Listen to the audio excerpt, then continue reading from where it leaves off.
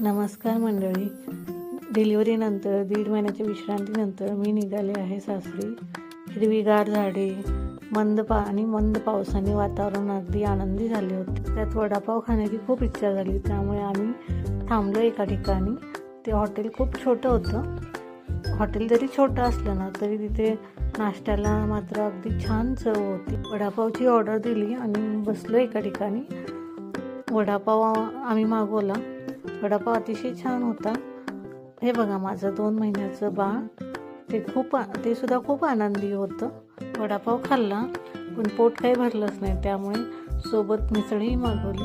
इथली मिसळसुद्धा खूप छान होती, खूप टेस्टी होती मिसळ. बाहेर जाताना चेहरा एकदम खुललेला असतो, पण सासरी परतताना मात्र परिस्थिती थोडीशी वेगळी असते. किती जण माझ्याशी रिलेट करता नक्की कमेंट करा. बघा, माझा भाऊ मॅच बघण्यात एकदम गुंग झालेला. मिसळ खाल्ल्यानंतर आम्ही चहा पिला. नंतर आम्ही निघालो आमच्या डेस्टिनेशनकडे. पुन्हा भेटूया अशाच एका नवीन ब्लॉगमध्ये.